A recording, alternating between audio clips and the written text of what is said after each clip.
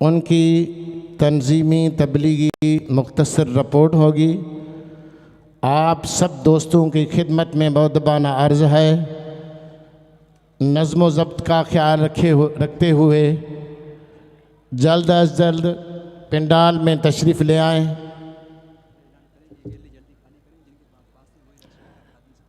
Gallery जो है, जो पहले दोस्त बैठे हों उनकी खिदमत में अर्ज़ है तो वो निकल जाएं। अब गैलरी जिसके पास पास होगी गैलरी की, वो ही इस गैलरी में बैठेगा, उसको इंतज़ामिया अल-खादमीन इजाज़त देगी। मेहरबानी करके ये टाइम अभी नशिस्त का हो गया है, जल्दी इंतज़ामात बेहतर बनाने के लिए अल-खादमीन इंतज़ामात जो दोस्त हैं उनके साथ तावन करें। इस वक्त नशिस्त नोहम का आगाज़ हुआ चाहता है। पहले जो इस नशिस्त में जन अहबाब को मुंतखब किया गया है, उनकी खिदमत में मुअद्दबाना अर्ज़ करता हूँ कि वो जल्द अज जल्द स्टेज पर तशरीफ़ ले आए। नात के लिए जनाब इसरार हैदर ताहिरी साहब, कारी मोहम्मद एहसान साहब, वो भी स्टेज पर तशरीफ़ ले आए। दरसे कुरान के लिए मौलाना गुलाम मुश्तबा राहूजो साहब, दरसे हदीस के लिए उस्ताद मोहतरम मौलाना मोहम्मद सईद ताहिरी नक्शबंदी साहब, उनकी खिदमत में अर्ज़ है वो भी स्टेज पर तशरीफ़ ले आए। उनके बाद दरसे मकतूबात होगा, उनके लिए मैं मुल्तमिस हूँ हज़रत अल्लामा मौलाना उस्तादुल उलमा हबीब रहमान साहब की खिदमत में अर्ज़ है वो भी स्टेज पर तशरीफ़ ले आएँ। उनके बाद दरसे मसनवी होगा, दरसे मसनवी के लिए कारी मुनीर अहमद ताहिरी साहब की खिदमत में अर्ज़ है वो भी स्टेज पर तशरीफ़ ले आए। इस वक्त इस नशिस्त नोम का आगाज़ हुआ चाहता है। मैं नात के लिए मुल्तमिस हूँ जनाब इसरार हैदर ताहिरी साहब की खिदमत में वो आएँ, नात शरीफ पेश करें।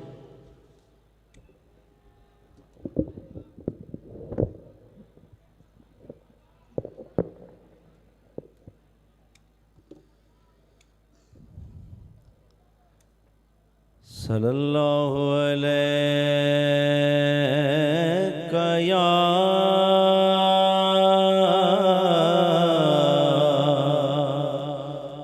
या रसूल अल्लाह,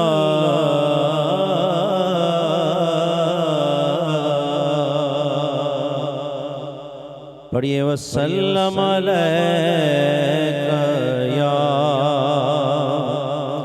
हबीब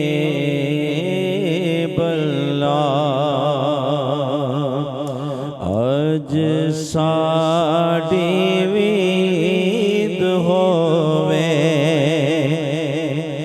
आज साड़ी ईद होवे, आगे आगे कमली वाला, पीछे सोना दस्तगीर होवे, आगे आगे कमली वाला, पीछे सोनल पीर होवे। कोई मिसल नहीं ढोलन दे, कोई मिसल नहीं ढोलन दे, के चुप करे महर अली, इत जानियों बोलन दे। सल्लल्लाहु अलैका या रसूल अल्लाह, वसल्लम अलैका या हबीब अल्लाह, रहमत दा दरिया इलाही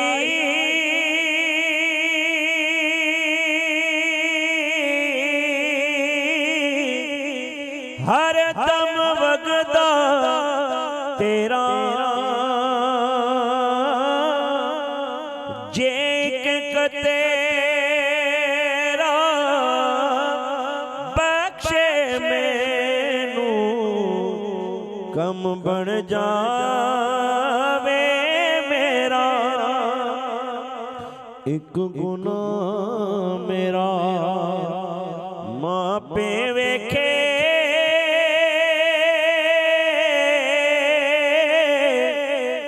तो देवे दे से निकाला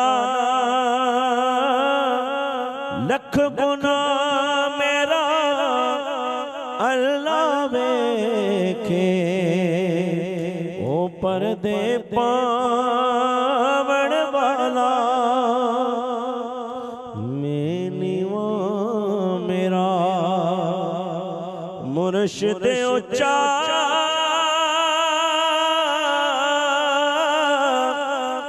मेनिवा मेरा मुर्शिद उच्चा उच्चिया ते संगलाया सदके जावा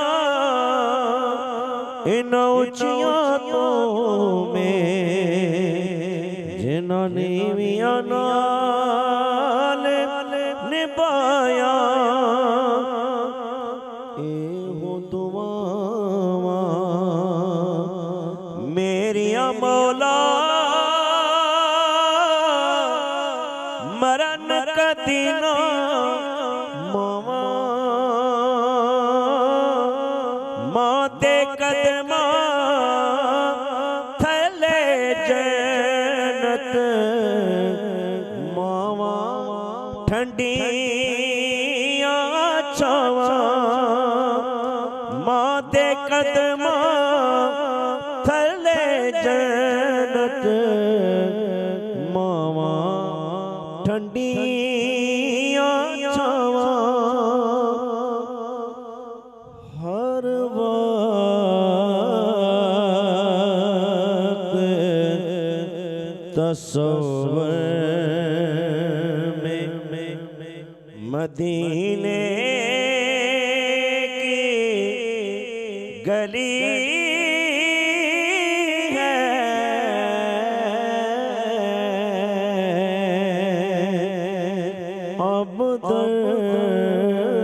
बदरी है गरीब वतनी है हर वक्त तस्वर में इस शहर में बिक जाते खुद होते खरीदा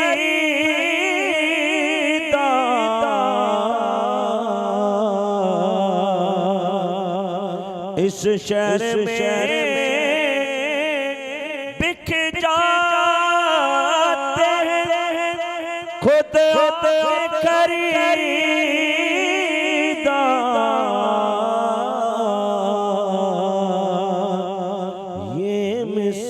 का बाजार नहीं शहर नबी है ये मिस्र का बाजार नहीं शहर नबी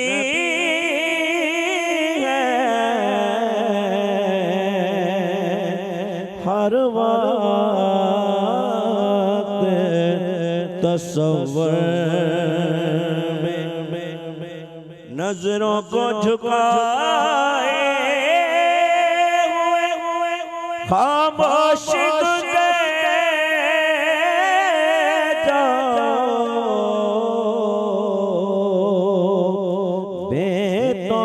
बेताब ने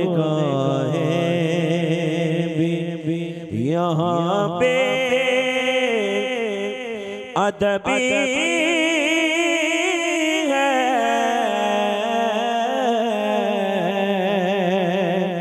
हर वक्त तसव्वुर में मेरे पीर सजन साईदा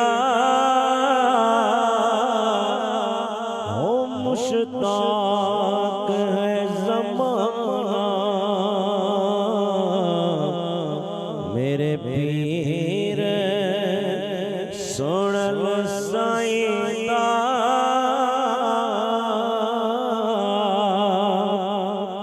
हो मुश्ताक है ज़माना हर दुखिए दा दुख सुन दे अंदाज करीमाना मेरे पीर सजन साईदा हो मुश्ताक है ज़माना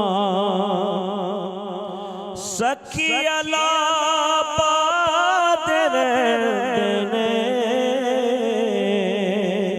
हो सद सद के भी दे देने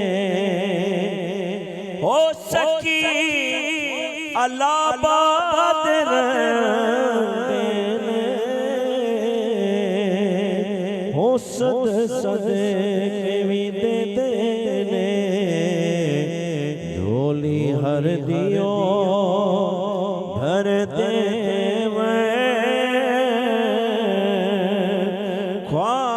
पढ़ाया बेगाना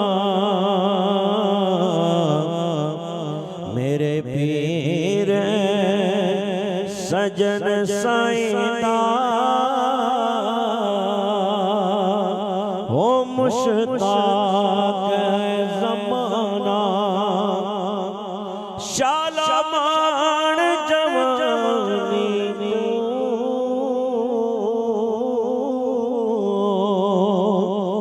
सोने साईं दी निशानी तो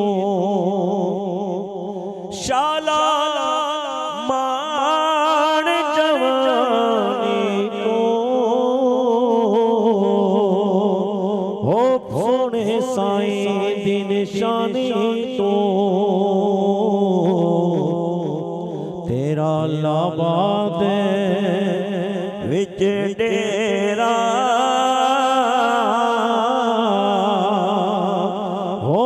जग सारा मस्ताना मेरे पीर सजन साईदा हो मुश्ताक है ज़माना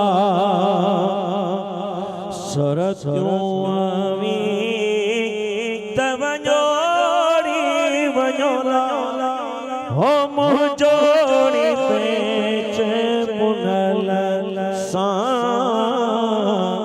सरत्यों अवी तवंजोड़ी वंजोला हो मुझोड़ी पेच सजन सा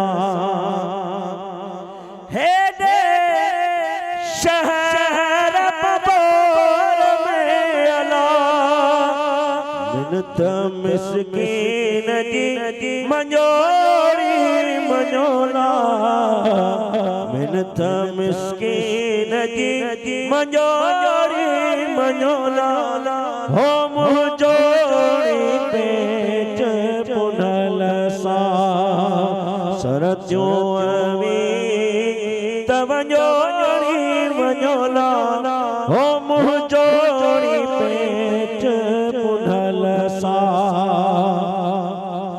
अतियों शालती मचे अला अंदर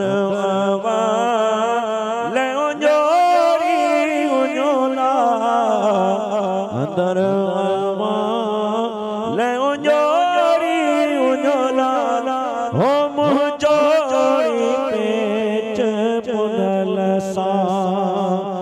शरत्यूं अमी तवंजोरी वंजोला हो मुंजोरी पेच मुनल सा।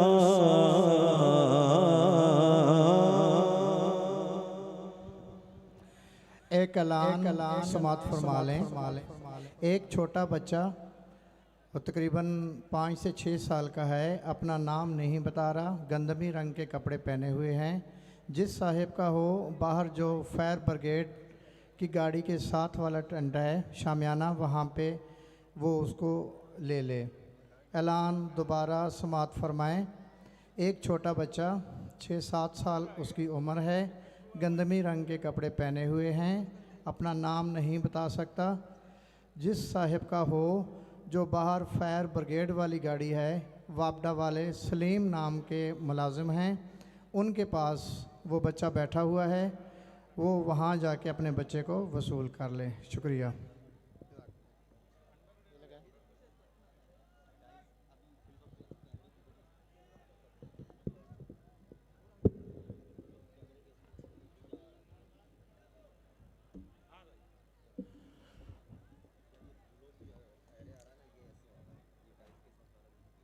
मौजूद सामाईन, अदब और एहतराम के साथ तशरीफ़ रखें, नज़्म व ज़ब्त का ख्याल रखें।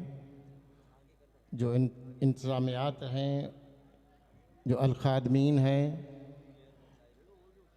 उनसे तावन करें। जो हिदायत वो दे रहे हैं उस पर अमल करें। अदब और एहतराम के साथ तशरीफ़ रखें। इस वक्त दर्स कुरान होगा। दर्स कुरान के लिए मैं मुल्तमिस हूँ हज़रत अल्लामा मौलाना गुलाम मुज्तबा राहूजी साहब की खिदमत में वो आएँ, दर्स कुरान शुरू करें।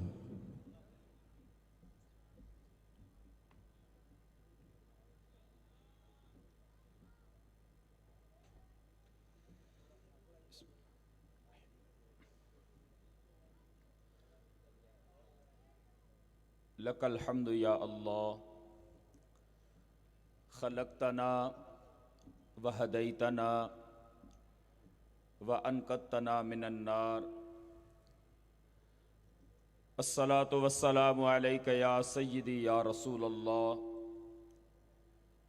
लक़द बल्लग़तर रिसाला व अद्दैतल अमाना व महौतज़ ज़ुल्म व नसहतल उम्मा। सल्लल्लाहु अलैका व अला आलिका व अस्हाबिका अजमईन। अम्मा बअदु फ़अऊज़ु बिल्लाहि मिनश शैतानिर रजीम। बिस्मिल्लाहिर रहमानिर रहीम। कुल हल यस्तविल्लज़ीना यअलमून वल्लज़ीना ला यअलमून इन्नमा यतज़क्करु उलुल अलबाब। आमन्तु बिल्लाहि सदक़ल्लाहु मौलानल अज़ीम। वक़ालल्लाहु तबारक व तआला फ़ी शअनि हबीबिही इन्नल्लाह व मलाइकतहु युसल्लूना अलन नबिय्य या अय्युहल्लज़ीना आमनू सल्लू अलैहि व सल्लिमू तस्लीमा। अल्लाहुम्मा सल्लि अला सय्यिदना व मौलाना मुहम्मदिन व अला आलिहि व अस्हाबिहि व अहले बैतिहि अजमाइन। बनी आदमज़ इल्म याबद कमाल, बनी आदमज़ इल्म याबद कमाल, न अज़ हशमतो माहु जाहो मालो मनाल। इल्म ड्यारे हर जगह सौ इज़्ज़तों सौ एहतराम। इल्म ड्यारे हर जगह सौ इज़्ज़तों सौ एहतराम। इल्म वारे जो करे तो इल्म पूरो इंतज़ाम। इल्म वारे जो करे तो इल्म पूरो इंतज़ाम। लायके सताज़ीमो तकरीम मेरे मुर्शिद व मुरब्बी के उर्स मुबारक में तशरीफ़ ले आने वाले अहले दिल, अहले ज़िक्र, मेरे महबूब सज्जन साईं से मोहब्बत व अक़ीदत रखने वाले मेरे पीर भाइयों, अस्सलामु अलैकुम व रहमतुल्लाहि व बरकात। सामीन मोहतरम, दरस कुरान जिसमें इस आजिज़ का मौजू है इल्म की फ़जीलत, इल्म इंसान की ज़िंदगी का एक अहम हिस्सा है। तालीम के बगैर इंसान और गैर इंसान में फ़र्क नहीं रहता। अल्लाह ताला ने इंसान को अशरफुल मखलूक का दर्जा दिया है और उसके अशरफुल मखलूक होने का सबब और वजह भी इल्म ही बतलाया गया है। इंसानों में से वो इंसान जो साहिबान इल्म हैं और वो इंसान जो इल्म से आरी हैं, इल्म के बगैर हैं, इन दोनों तबक़ात के दरमियान कुरान करीम के अंदर इस्तिफ़ामिया अंदाज में बयान फरमाया गया। कुल मेरे हबीब आप फरमा दीजिए, हल यस्तविल्लज़ीन यअलमून वल्लज़ीन ला यअलमून, क्या वो लोग जो इल्म रखते हैं और वो लोग जो इल्म नहीं रखते, क्या ये दोनों बराबर हैं? इस्तिफ़ाम इनकारी है। मतलब ये है कि यानी ये दोनों बराबर नहीं। इल्म वाले का दर्जा इल्म न रखने वाले से ज़्यादा है और इल्म वाला जो होता है उसे खुदा की मार्फत हासिल होती है। इल्म की वजह से उसे इस दुनिया के अंदर तो उलूव मर्तबत हासिल होती है, लेकिन ये इल्म ऐसा है कि जिसकी वजह से उसका मर्तबा और मान, शरफ और शान इस दुनिया में, इस दुनिया के बाद नुमायां रहेगा। तो मेरे दोस्तों, इल्म एक ऐसी चीज़ है कि जिसकी तालीम सबसे पहले कुरान करीम में हमें दी गई। कुरान करीम की 6666 आयात हैं। इन आयात में अवामिर भी हैं, नवाही भी हैं, किसस भी हैं, अमसलह भी हैं। लेकिन अवामिर को अगर अलहदा कर दिया जाए और कुरान करीम का मुताला किया जाए तो सबसे पहले कुरान करीम का नाज़िल होने वाला जो अमर है वो भी इल्म से वाबस्ता है। आपने उलमा से सुना होगा कि कुरान करीम की सबसे पहले 5 आयात नाजिल हुई सूरह अलक की, और उन सूरह अलक में जो पहला लफ्ज़ जो अमर नाजिल हुआ वो था इक़रा, जिसका मतलब है, जिसका माना है कि मेरे महबूब आप पढ़िए। तो इक़रा पढ़ने को कहते हैं, पढ़ा इल्म को जाता है। तो सबसे पहले जो अमर और हुक्म नाजिल हुआ कुरान करीम के अंदर वो भी इल्म का नाजिल हुआ। तो मेरे दोस्तों, इल्म इंसान की ज़िंदगी का अहम हिस्सा है और इस्लाम एक मुकम्मल दीन है और इसकी बुनियाद पे इल्म पर रखी गई है। इस्लाम में इल्म के हुसूल पर बहुत ज़्यादा जोर दिया गया है। न सिर्फ दुनियावी इल्म पर इल्म की उलमा ने तकसीम की है। एक ज़ाहिरी इल्म होता है, एक बातनी इल्म होता है, एक शरीयत का इल्म होता है, एक तरीक़त का इल्म होता है। इल्म बर 2 किस्म, इल्म ज़ाहिर व इल्म बातिन।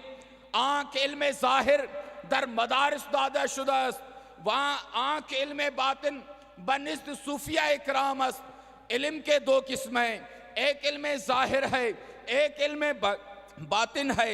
इल्म ज़ाहिर इदारों में दिया जाता है, स्कूलों कॉलेजेस में दिया जाता है, मदारिस में दिया जाता है, और इल्म बातिन जो है वो सूफिया के यहाँ होता है।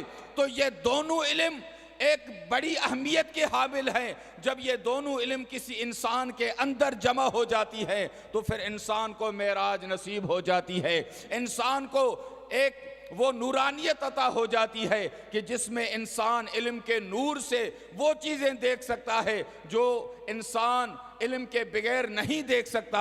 तो मेरे दोस्तों, इल्म ये बहुत बड़ी अहमियत है, इसकी अहादीस तय्यबा में बहुत बड़ी फजीलत आई है। इसलिए हमें इल्म के हुसूल की कोशिश करनी चाहिए, न सिर्फ ख़ुद इल्म हासिल करना चाहिए बल्कि अपनी औलाद को, अपने करीब रहने वाले जो दोस्त हैं उनको भी इल्म की तरगीब देनी चाहिए। और ये इल्म एक ऐसा अमल है, एक ऐसी चीज़ है कि इस्लाम के अंदर जितनी भी चीज़ें बयान हुई हैं, जितने भी अहकामात बयान हुए हैं, आप गौर कीजिए मेरे मुस्तफ़ा ने जिन चीज़ों के हुसूल की तालीम और तरगीब दी है उन तमामी चीज़ों का एक वक्त है, एक टाइम है, एक मुद्दत है कि भाई ये चीज़ आपने इस वक्त सीखनी है। मिसाल के तौर पर हज की हमें तालीम दी गई है कि भाई हज के अहकाम आपने सीखने हैं, लेकिन हज के अहकाम कब सीखने हैं? उस वक्त जब आपके ऊपर हज फर्ज हो जाए। ज़कात की तालीम दी गई है कि भाई ज़कात के मसाइल आपको आने चाहिए, लेकिन ज़कात के इल्म का हुसूल उस शख्स पर फर्ज हो जाता है जो ज़कात देने का मुस्तहिक, जो ज़कात देने का हकदार होता है, जिसके ऊपर ज़कात फ़र्ज हो जाती है। तो अब उसके ऊपर लाजिम है कि वो ज़कात के मसाइल को सीखे। नमाज बालिग के ऊपर फ़र्ज है तो उसको नमाज के मसाइल सीखने चाहिए। जितने भी चीज़ें हैं उन तमामी चीज़ों के सीखने का एक टाइम है, एक वक्त है, एक मुद्दत है। लेकिन इल्म एक ऐसी चीज़ है कि जिसके लिए मेरे आका व मौला हज़रत सल्लल्लाहु अलैहि वसल्लम ने फरमाया उतलुबुल इल्म मिनल महद इलल लहद। मेरे आका ने फरमाया इल्म सीखो, इल्म की तलब करो महद से लेके लहद तक, से लेके कब्र तक। ये वाहिद इल्म वो चीज़ है कि जिसके सीखने का मरहला इंसान के पैदा होने से ही शुरू हो जाता है। अब तो साइंस ने तहकीक की है, इल्म साइंस के जानने वालों ने बताया है कि भाई पैदा होने से कबल भी इंसान जब बच्चा अपनी माँ के बतन में होता है तो वहीं पर उसके सीखने का मरहला शुरू हो जाता है। तो मेरे दोस्तों, ये इल्म वो वाहिद चीज़ है जिसके लिए हमें तालीम दी गई उतलुबुल इल्म मिनल महद इलल लहद, कि आप इल्म सीखो, इल्म हासिल करो। कहाँ से कहाँ तक? महद से लहद तक, यानी सीखने का मरहला ये रुकना नहीं चाहिए। बच्चा है भी सीखना है, जवान है भी सीखना है, बूढ़ा हो गया है उसके लिए भी इल्म के सीखने का लाजमी अमर आया है कि अगर वो इल्म से नावाकिफ है तो अगर अब उसे टाइम मुयस्सर हो रहा है, वक्त उसे मिल रहा है तो उसको इल्म सीखना चाहिए। तो मेरे दोस्तों, ये इल्म वो चीज़ है जो इंसान को दीगर मखलूक से अशरफ और आला बनाती है, उसका मकाम और मर्तबा बढ़ा देती है। तो इसलिए मेरे आका व मौला हज़रत सल्लल्लाहु अलैहि वसल्लम ने इल्म के मुतालिक अहादीस तय्यबा में बहुत ज़्यादा अहमियत बयान फरमाई। हदीस मुबारक बुखारी शरीफ की है।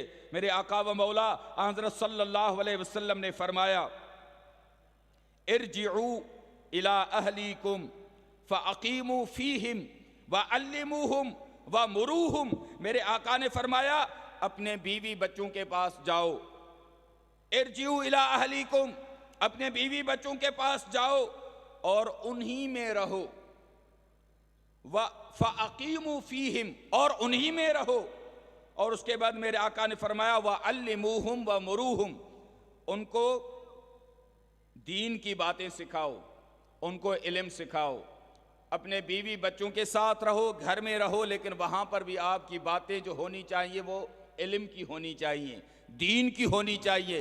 सीखने और सिखाने का मरहला वहाँ पर नहीं रुकना चाहिए। ऐसा नहीं कि ये इल्म सिर्फ स्कूल में सीखा जाता है, कॉलेजेस में सीखा जाता है, मदारिस में सीखा जाता है। बच्चे की पहली दरसगाह उसकी माँ की गोद होती है, उसका घर होता है। तो मेरे आका ने फरमाया कि तुम अगर कहीं बाहर हो, अपने घरों को वापस लौट जाओ, फ़अक़ीमू वुजू फ़ीहिम, अपने बीवी बच्चों में रहो और वहाँ रहकर उन्हें दीन की बातें, इल्म की बातें सिखाओ। और मेरे आका ने फरमाया वमुरूहुम, जो बातें तुम उनको बताओ उन पर अमल करने का उन्हें हुक्म भी दो कि ये इल्म की बातें, ये दीन की बातें जो सीखी हैं आपने, अब इनके ऊपर अमल भी करना है। तो मेरे दोस्तों, मेरे पीर भाइयों, हम यहाँ पर यही चीज़ सीखने आए हैं। अब आए हैं अपने मुर्शिदो मुरब्बी के दीदार के लिए, आए हैं अपने शेख कामिल की ज़ियारत के लिए। यहाँ पर हमें इल्म ज़ाहिर भी दिया जा रहा है, इल्म बातिन भी दिया जा रहा है, यहाँ पर इल्म शरीयत की तालीम भी दी जा रही है। तो इल्म तरीक़त के असरार और भी सिखा है। दो चीजें हमने सीखी है जो हमारे घरों में हमारी माएँ, हमारी बहनें, हमारे बूढ़े, हमारे जवान, हमारे बच्चे मौजूद हैं। जब हम यहाँ से जाएंगे तो उनको बताएंगे कि शेख कामिल की दरबार पर हम गए, हमने ये दीन की बातें सीखी हैं, ये तरीक़त की बातें सीखी है, ये फैज़ की बातें सीखी है, अपने पीर की बातें उन्हें बतानी है। ये हुक्म है कि तुम इल्म सीखो और अपने घरों में जाओ तो अपने बीवी बच्चों को, अपनी औलाद को, अपने घर वालों को ये दीन की बातें सिखाओ। तो इल्म ये इंसान की तीसरी आंख कहा गया है। इल्म, इसकी बहुत बड़ी अहमियत है। इसलिए हमें इल्म के सीखने के लिए हम वक्त कोशिश रखनी चाहिए, मसरूफ़ रहना चाहिए और जहाँ से भी जो बात मिल जाए वो लेनी चाहिए। तो अल्लाह रब्बुल आलमीन से दुआ है खुदावंद करीम हमें इल्म दीन सीखने की, इल्म शरीयत सीखने की और उसके साथ साथ इल्म बातिन यानी इल्म तरीक़त को भी हासिल करने की तौफ़ीक़ अता फरमाए। अपने शेख कामिल से वो नूरानी फैज़ मुहम्मदी हासिल करने की खुदावंद करीम तौफ़ीक़ अता फरमाए। वाखिर दावाना अनिल हम्दुलिल्लाहि रब्बिल आलमीन।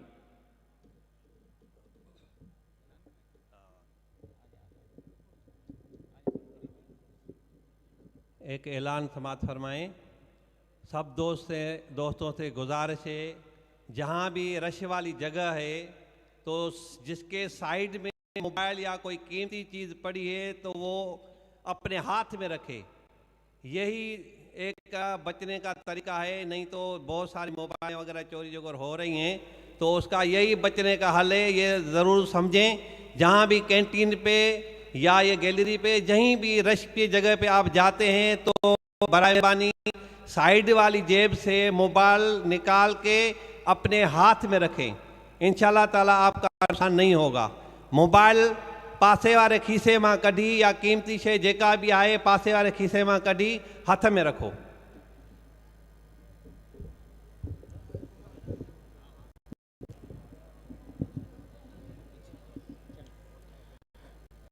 और सामईन, ये थे मौलाना गुलाम मुज्तबा राहुजी साहब जो दर्स कुरान दे रहे थे। उनका मौजू था इल्म की अहमियत।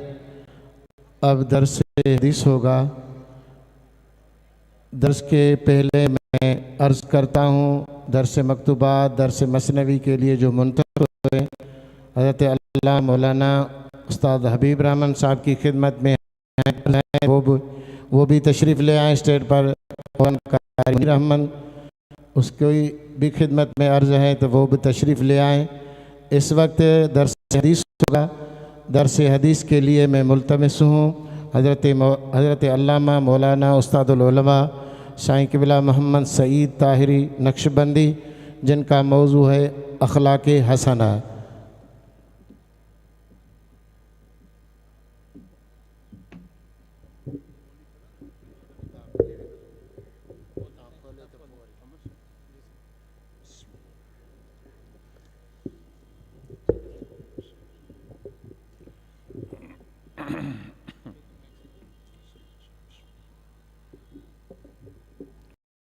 नहमदुहु व नुसल्ली अला रसूलिहिल करीम व अला आलिहि व अस्हाबिहि अजमईन। अम्मा बाद क़द क़ाल अल्लाहु तबारक व तआला फ़ी मक़ामिन आख़र फ़ी शान हबीबिही इन्नल्लाह व मलाइकतहु युसल्लूना अलन नबी या अय्युहल्लज़ीना आमनू सल्लू अलैहि व सल्लिमू तस्लीमा। अल्लाहुम्मा सल्लि अला सय्यिदिना व मौलाना मुहम्मद व अला आलिहि व अस्हाबिहि अजमईन। मेरे वाजिबुल एहतराम मुअज़्ज़ज़ सामईन, जैसे हुक्म हुआ दरसे हदीस के हवाले से और मौजू के हवाले से हुक्म हुआ अखलाक़े हसना। मेरे सामने ये किताब मिशकातुल मसाबी जो रसूल अकरम सल्लल्लाहु अलैहि वसल्लम की अहादीस मुबारक का बहुत ही मशहूर व मरूफ़ किताब है, दाखिले दर्स है। तकरीबन तमाम मदारस के अंदर ये किताब पढ़ाई जाती है। उसके अंदर से एक हदीस मुबारक के तिलावत करने का मैं शरफ़ हासिल कर रहा हूँ। इस हवाले से आप सल्लल्लाहु अलैहि वसल्लम ने फरमाया, अन अबी हुरैरत क़ाल क़ाल रसूलुल्लाह सल्लल्लाहु अलैहि वसल्लम अकमलुल मुअमिनीन ईमानम अहसनुहुम खुल्क़न रवाह अबू दाऊद व दारिमी। हज़रत अबी हुरैरा रदियल्लाहु ताला अन्ह आप फरमाते हैं कि रसूल अकरम सल्लल्लाहु अलैहि वसल्लम ने फरमाया कि ऐ मुसलमानों, ऐ मोमिनों, ऐ ईमान वालों, अगर आप ये जानना चाहते हैं कि सबसे ज़्यादा कामिल ईमान किसका है, यकीनन हर नेक अमल, फ़राइज़, वाजिबात, सुनन, मुस्तहब्बात, जितने भी अहकामात हैं वो सब के सब ईमान का हिस्सा हैं, ईमान के तकमील का सबब हैं। लेकिन रसूल अकरम सल्लल्लाहु अलैहि वसल्लम ने अपनी उम्मत के लिए ये वाज़ेह फरमाया कि अगर तुम चाहते हो कि ईमान के मामले में मेरा ईमान कामिल हो, मैं कामिल मुसलमान बनूं, मैं कामिल इंसान बनूं, तो आप सल्लल्लाहु अलैहि वसल्लम ने फरमाया कि अहसनुकुम खुल्का, जितने आपके अखलाक बेहतर होंगे यूं समझें कि आप उतने बेहतर इंसान, बेहतर मुसलमान, बेहतर मोमिन होंगे। आप सल्लल्लाहु अलैहि वसल्लम ने दूसरी जगह पे फरमाया, बुइस्तु लिउतम्मिम मकारिमल अखलाक, अल्लाह तबारक व तआला ने मुझे इस दुनिया में भेजा ही इसलिए है कि मैं इंसान ज़ात के अखलाक को बेहतर करूं। इस मौके पर मैं अर्ज़ करूं कि बाज़ लोग इंसानियत किसी और जगह तलाश करते हैं। किसी को इंसानियत कहीं नज़र आती है, किसी को इंसानियत कहीं नज़र आती है, लेकिन मेरे आका व मौला सरकार दो आलम सल्लल्लाहु अलैहि वसल्लम ने फरमाया कि मुझे अल्लाह तबारक व तआला ने इस दुनिया में भेजा ही इसलिए है कि मैं इंसान ज़ात के अखलाक को बेहतर बनाऊं। मैं अर्ज़ करूं, इंसान हर हवाले से बतदरीज आगे बढ़ा, अंबिया आते रहे, अल्लाह तबारक व तआला के अहकामात व पैगामात दुनिया तक पहुँचाते रहे, लेकिन रसूल अकरम सल्लल्लाहु अलैहि वसल्लम की आमद ये तकमील इंसानियत है। इंसान को जिस तालीम की ज़रूरत थी, इंसान को इंसान होने के नाते जिस इल्म की ज़रूरत थी, इंसान को इंसान होने के नाते जिस अखलाक की ज़रूरत थी, रसूल अकरम सल्लल्लाहु अलैहि वसल्लम ने अपने ख़ातमुन नबीयीन होने का ऐलान फरमाया और दुनिया पे वे ये वाज़ेह फरमाया कि इंसान अगर बेहतर से बेहतर इंसान बनना चाहता है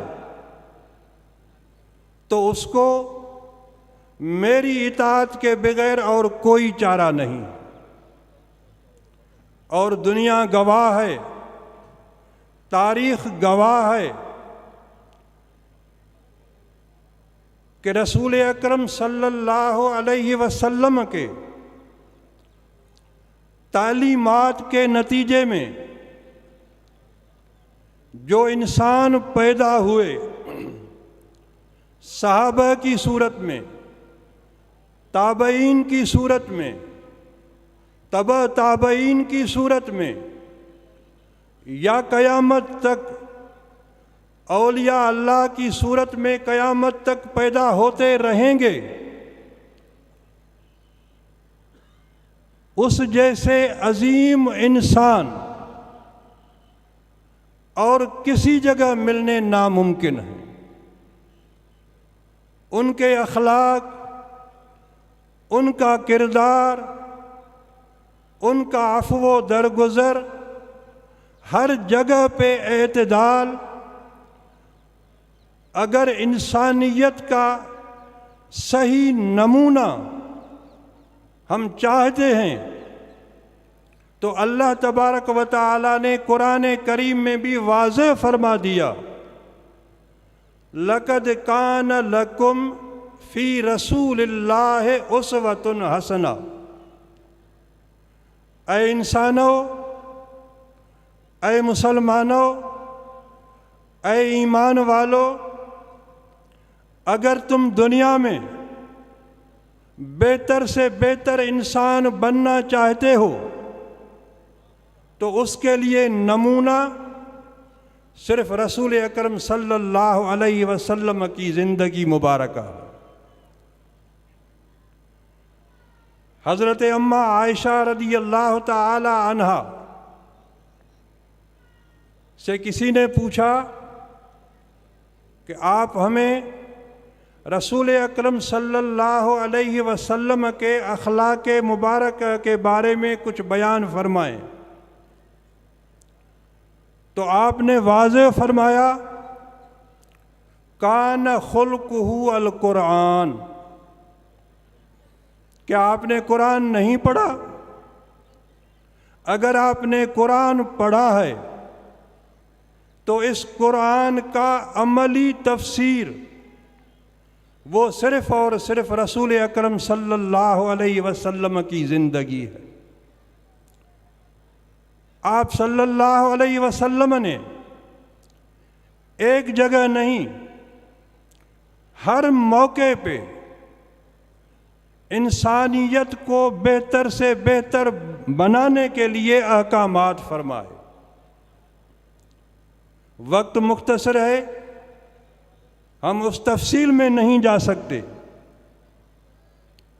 आपने फरमाया वाफ़ अम्मन ज़लमक, ऐ इंसान, अगर तू इंसान बनना चाहता है तो अगर कोई तुझसे जुल्म करता है तो तुम उसको माफ़ कर दो। सिल मन कतअक, जो तुझसे अलग रहना चाहता है, ताल्लुकात को तोड़ना चाहता है, अगर तू सही इंसान बनना चाहता है तो अपने ताल्लुकात उससे जोड़ो। जो आपको महरूम रखना चाहता है तुम उसको अता करो। तो दोस्तों, ये औलिया अल्लाह, उनका जो भी मंशूर होता है, जो भी लाए अमल होता है, जो पैगाम होता है, वो रसूल अकरम सल्लल्लाहु अलैहि वसल्लम की इताअत में होता है, उनके फरमान की रोशनी में होता है। अब आप सल्लल्लाहु अलैहि वसल्लम के बाद कोई नबी नहीं आएगा, वो खातमन नबीयीन हैं, लेकिन उनके ग़ुलाम ये औलिया अल्लाह क़यामत तक आते रहेंगे, जो इंसान को सही अखलाक और सही इंसान बनाने के लिए कोशिश करते रहेंगे। और मैं अर्ज़ करूं कि बुज़ुर्गाने दीन ने ये वाज़ेह फरमाया, मौलाना रूमी ने फरमाया, भिटाई ने फरमाया कि इंसानियत इस गोश्त और पोस्त का नाम नहीं है, इंसानियत अखलाक़े हसना का नाम है।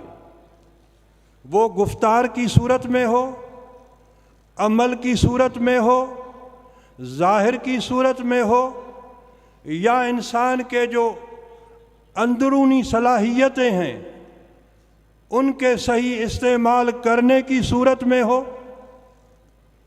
क्योंकि रसूल अकरम सल्लल्लाहु अलैहि वसल्लम ने वाज़ेह फरमाया कि ऐ इंसान, तेरे जसद में एक गोश्त का टुकड़ा है, अगर वो सही हो जाएगा तो तेरा पूरा जिस्म सही हो जाएगा।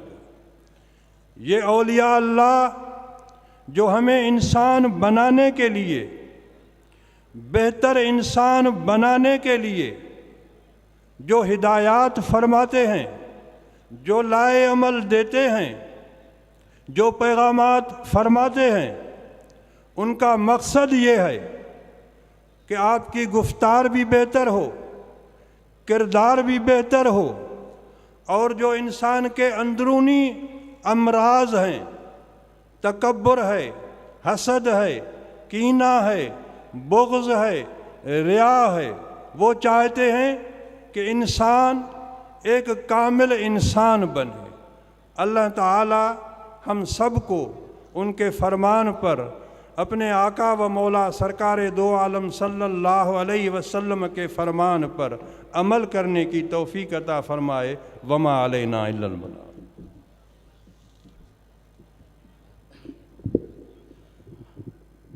मुअज़्ज़िज़ सामईन, इस वक्त दर्स मकतूबात होगा।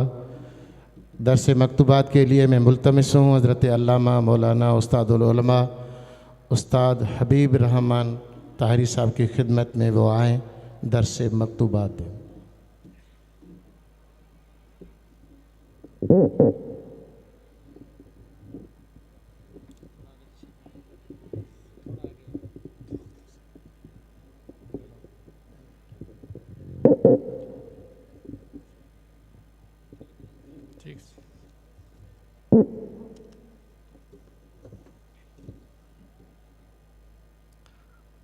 नहमदु व नुसल्ली व नुसल्लिम अला रसूलिल करीम। वाला आलिही व अस्हाबी अजमईन। अम्मा बाद, शौक़ व मोहब्बत के साथ दुरूद शरीफ। अल्लाहुम्मा सल्ली अला सय्यिदना मौलाना मुहम्मद व अला आलिहि व अस्हाबी अजमईन। आजकल बदकिस्मती से ये एक हमारा दस्तूर हो चला है कि अगर कोई मुकर्रर बार बार इल्तिजा करे तभी दुरूद शरीफ पढ़ने की तकल्लुफ़ की जाती है। वैसे दुरूद शरीफ पढ़ने में भी लोग सुस्ती करते हैं।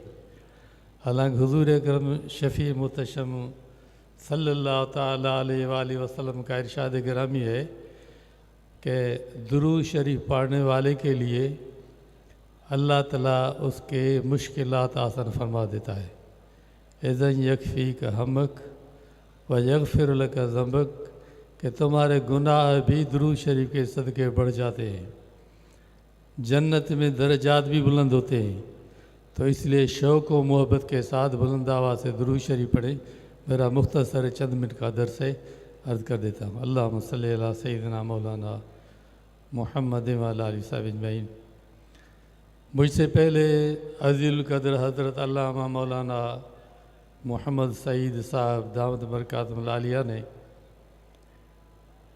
दरस हदीस में हुजूर अकरम शफ़ी मुतशम सल्लल्लाहु ताला अलैहि व आलिहि वसल्लम के उस्वे हसन के मौजू पर बयान फरमाया।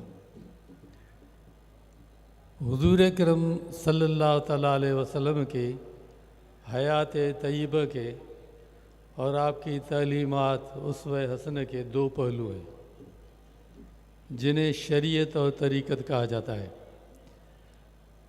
बाज़ जाहिल लोगों का या बाज़ जदीद तालीम याफ्ता लोगों का यह ख्याल है कि तसव्वुफ़ व तरीक़त कोई नई चीज़ है, सूफिया कराम ने अपने मफादात के लिए घड़ी है वगैरह वगैरह, या यूनान से इसका इक्तसाब किया गया है। हालांकि ऐसे नहीं है। तसव्वुफ़ व सुलूक भी कुरान मजीद और अहादीस नबविय्या सल्लल्लाहु अलैहि वसल्लम से मख़ूज़ है। इस सिलसिले में मैं कुरान मजीद की दुआयत मुबारक का हवाला तमहीदन दे देता हूँ। उसके बाद मकतूबात इमाम रब्बानी से मुख्तसर एक मकतूब का हिस्सा पढ़ा जाएगा। कुरान मजीद में खुदावंद अज़्ज़ व जल्ल ने इरशाद फरमाया, कुल इन कुंतुम तुहिब्बूनल्लाह फत्तबिऊनी युहब्बुकुमुल्लाह। ऐ मेरे महबूब सल्लल्लाहु ताला अलैहि वसल्लम, आप इन लोगों से कह दें कि अगर तुम अल्लाह ताला का महबूब बन जाना चाहते हो, अगर तुम अल्लाह ताला के महबूब बन जाना चाहते हो तो मेरी इत्तिबा करो। तो हुजूर अकरम सल्लल्लाहु ताला अलैहि वसल्लम की इताअत न फ़क़त मोमिन मुवहिद बनाएगी बल्कि अल्लाह ताला का महबूब बना देगी। रही ये बात कि इत्तिबा हुजूर अकरम सल्लल्लाहु ताला अलैहि वसल्लम की किस नहज पे की जाए, तो उसका हवाला भी मैं कुरान मजीद में ही से अर्ज़ कर देता हूँ। कुरान मजीद में अल्लाह ताला ने इरशाद फरमाया, वत्तबे मन अनाब इलैया वत्तबे सबील मन अनाब इलैया, जो मेरी तरफ मुतवज्जे हैं वही रास्ता इख्तियार कर रहे हैं जो मेरी तरफ पहुँचता है। मुफस्सिरीन किराम फरमाते हैं कि इससे मुराद हज़रत सैयदना अबू बकर सिद्दीक़ रज़ियल्लाहु तआला अन्हु है, क्योंकि उम्मत मुहम्मदिया अला साहिब हस्सलात वस्सलाम में सबसे अफजल भी सिद्दीक़ अकबर रज़ियल्लाहु तआला अन्हु है और उन्हीं से तरीक़ा आलिया नक्शबंदी की इब्तिदा की होती है जिनके हम ताबे हैं। हमारे मशाइख हज़रत क़िबला सजन साईं दामत बरकातुहुल आलिया, हज़रत पीर सोना साईं नवरला मरकदू, ये सारे मशाइख नक्शबंदियाँ हैं और हमारे तरीक़े की इब्तिदा हज़रत सिद्दीक़ अकबर से होती है और उसकी इंतहा हज़रत इमाम महदी तक होगी। तो हम खुशकिस्मत हैं कि अल्लाह ताला ने हमें इस तरीक़ा आलिया में शामिल किया है। अभी यहाँ दो चीज़ें आप ज़हन में रखें कि हुजूर अकरम सल्लल्लाहु ताला अलैहि वसल्लम के उसवे हसन के दो पहलू हैं, जिनमें से एक शरीयत जिसकी तजवीज़ व इरशाद के लिए उलमाए किराम को शान है। दुनिया भर में दीन बदारिस के जाल बचे हुए हैं, जहाँ हुजूर अकरम सल्लल्लाहु अलैहि वसल्लम की तालीमात को इल्मी रोशनी में, अहादीस और कुरान मजीद की रोशनी में बयान किया जाता है, इल्म शरीयत। और दूसरा है इल्म तरीक़त।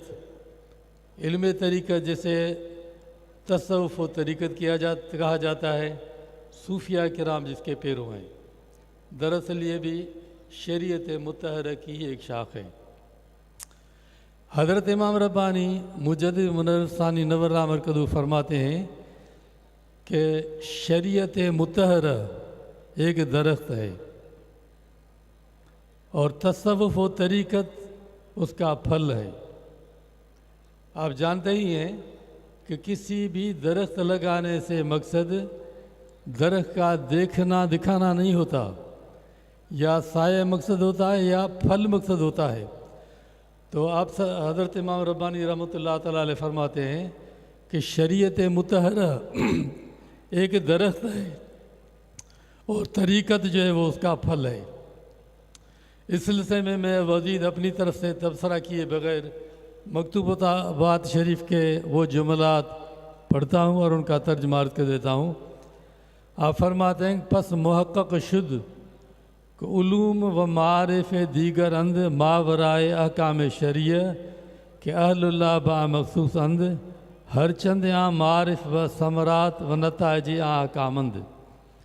फरमाते हैं कि जो अहकाम शरिया कुरान हदीस में बयान होते हैं, नमाज है, रोज़ा है, हज है, ज़कात है, जो फ़राइज़ हैं, फरमाते हैं कि इन तमाम का लुब्बे नुबाब और नतीजा जो है वो उलूम मारिफ़ बातिनिया हैं। क्योंकि ज़ाहिरी तौर पे नमाज अदा कर ली, फ़र्ज़ अदा हो गया, लेकिन जो मकसद है इसका बातिनी उलूम का हासिल होना, अल्लाह ताला का कुर्ब हासिल होना, हुजूर अकरम सल्लल्लाहु अलैहि वसल्लम का विसाल, वो उलूम मारिफ़ के बाद ही हासिल होगा। मज़ीद फरमाते हैं कि मकसूद अद दरख्त निशादन हुसूल समरात उस्त। दरख्त बोने का मकसद होता है कि उसके समरात हासिल हों, फल हासिल हो।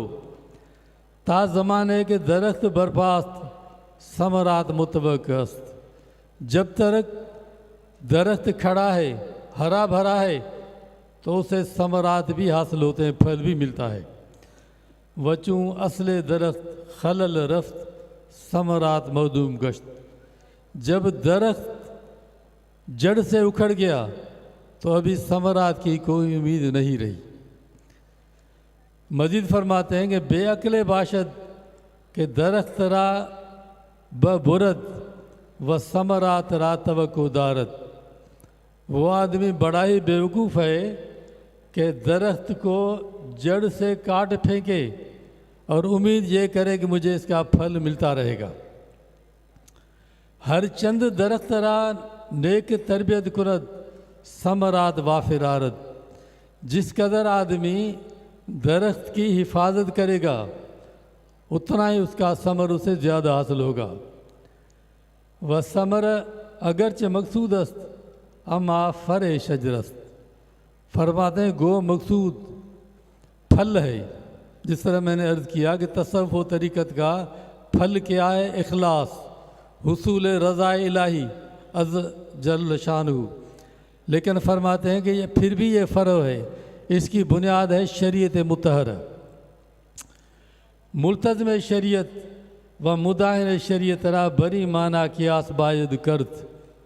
फरमाते हैं जो लोग शरीयत की पाबंदी करते हैं और तरीक़त को भी इख्तियार करते हैं, यूँ समझें कि उनको जड़ भी हासिल है, फल भी हासिल है।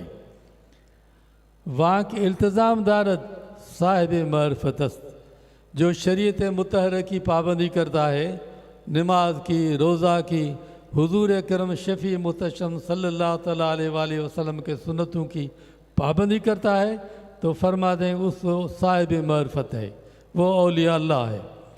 हर चंद इल्तिज़ाम बेश मारिफ़त बेश। जिस कदर शरीयत मुतहरा की पाबंदी ज़्यादा होगी उसी कदर उसे अल्लाह ताला की मार्फत भी ज़्यादा है। वहाँ के मुदाहनस्त, लेकिन जो आदमी शरीयत मुतहरा पर अमल नहीं करता, अज मार्फत बेबहरस्त, वो कहता है कि मैं सूफ़ी हूँ, जिस तरह वजद है, कशफ हो रहा है, ये हो रहा है, वो हो रहा है, ये मुझे मार्फती कमाल हासिल हो रहे हैं, बातें फरमाते हैं कि ये आदमी मार्फत से महरूम है, इसलिए कि इसने शरीयत पे अमल नहीं किया। शरीयत से पर अमल करते हुए जो बातनी कैफियत हासिल है वो हकीकत होती है। बिलफर्ज आँच बजा में फासद खुद दारद, अगर चहे चन दारद अज कबील इस्तिदाद अस्त कि जोगिय व बराहम दरा शिरकत अस्त। फरमाते हैं कि अगर कोई जाहिल सूफ़ी कश्फ करामत दिखाए, मेहनत मुजाहिदा करे, उसकी वजह से उसके बातनी तौर पे बज़ाहिर कैफियत हासिल हो, लोगों के दिलों के अहवाल बता दे, दुआ करे, उसकी दुआ रद्द न हो, कश्फ करामत के अंबार लगा ले। फरमा देंगे अगर वो शरीयत पे अमल नहीं करता तो ये इस्तिदराज है। इस्तिदराज कहते हैं अल्लाह ताला की तरफ से ढील मिलना, जिसकी वजह से वो और गुमराह होता है, वो अल्लाह ताला की मार्फत में नहीं जाता। फरमाते कुल्लो हकीकत रद्दत व शरीयत फ़व ज़िंदका वैलहात, जो हकीकत शरीयत के मुखालिफ हो, हकीकत से मुराद से सूफिया जाहिलीन का तसव्वुफ़ तरीक़त है जो कि लोगों को गुमराह करते हैं।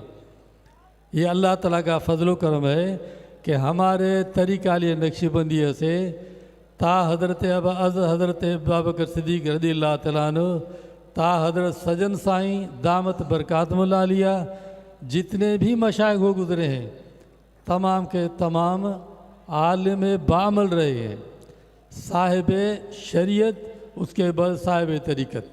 सिर्फ ज़ाहिर तरीक़त नहीं, न सिर्फ ज़ाहिर शरीयत है। हज़रत इमाम रब्बानी रहमतुल्लाह तआला ने इस सिलसिले में काफ़ी वज़ाह से मिसालें बयान करके ये बात वाज़ेह कर दी है, लेकिन मुख्तसरन ये कि शरीयत मुतहरा पर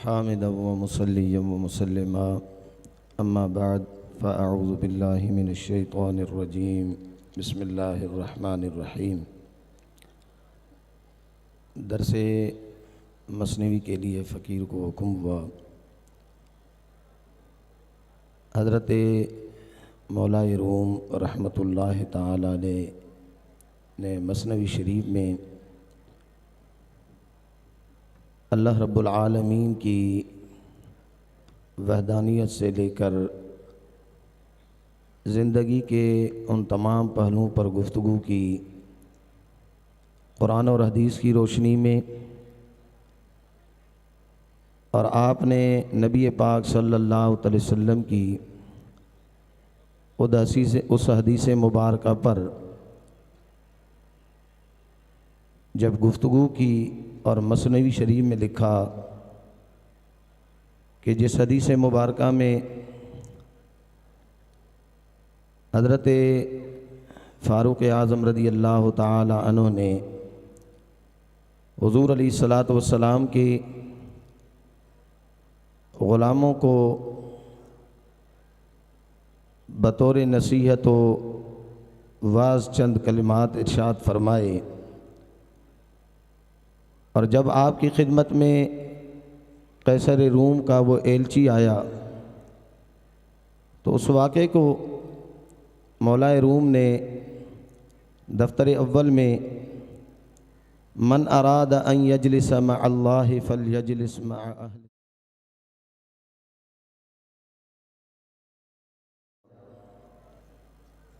कि जो इरादा करे, जिसका इरादा हो कि मैं अल्लाह के साथ बैठने का कसद करूं, बस वो अहले तसव्वुफ़ के साथ बैठे, यानी उनकी मजलिस में बैठे जो अल्लाह वाले हैं, उनका क़ुर्ब, उनकी सोहबत अल्लाह रब्बुल आलमीन की उसकी वहदानियत की और उसके क़ुर्ब का वो ज़रिया बन जाएंगे कि उस वहदहु ला शरीक की मोहब्बत उन्हें उन अहले तसव्वुफ़ के पास बैठने से मैसर आता है। तो मौलाए रूम क्या फरमाते हैं, जब वो एलची सैयदना फ़ारूक़ आज़म रज़ी अल्लाह ताला अन्हु के पास आया, आपका क़ुर्ब जब उसने पाया तो वो आपकी ज़ात में हैरान हो गया कि जो रसूलुल्लाह सल्लल्लाहु अलैहि वसल्लम का ग़ुलाम है, उसके चेहरे पर इतना रौब और उसकी ज़िंदगी, उसका हुलिया क्या दिखा रहा है। मौलाए रूम फरमाते हैं, आ रसूले इजा रसीदो शाह शुद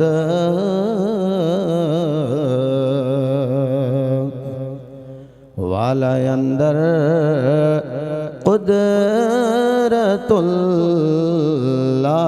शुद। वो एलची उस जगह पर पहुंचकर शाह बन गया, अल्लाह की कुदरत का फरिश्ता हो गया। यानी सैयदना फ़ारूक़ आज़म के पास जब वो पहुंचा, आपकी सोहबत उसे मिली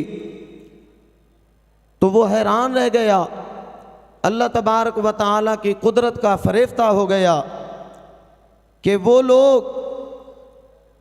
कि जो जहालत के अंधेरों में डूबे थे, रसूलुल्लाह सल्लल्लाहु अलैहि वसल्लम की सोहबत बाबरकत ने उन्हें किस मकाम पर पहुंचा दिया है।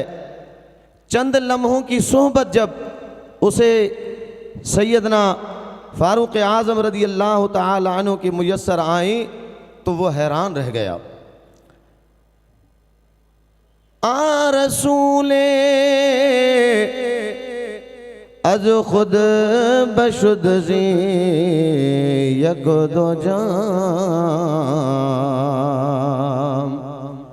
नेर सालत याद दशने पयाम। वो एलची हुज़ूर फ़ारूक़ आज़म रज़ी अल्लाह ताला अन्हु के चंद बोल बोलने से, सुनने से, उनके कलिमात सुनने से, वाज सुनने से, यानी एक दो जाम से बेखुद हो गया। वो अपने आप को भूल गया, न उसको सफारत याद रही, न उसे पैगाम याद रहा। वो देखता ही रह गया कि हुजूर अलैहिस्सलातु वस्सलाम के ग़ुलाम का, नबी पाक सल्लल्लाहु अलैहि वसल्लम के खलीफा का, हुजूर अलैहिस्सलातु वस्सलाम के आशिक सादिक का कैसा प्यारा मिजाज है और क्या मकाम है और कितने पुरफैज़ और पुरअसर आपकी गुफ्तगू है।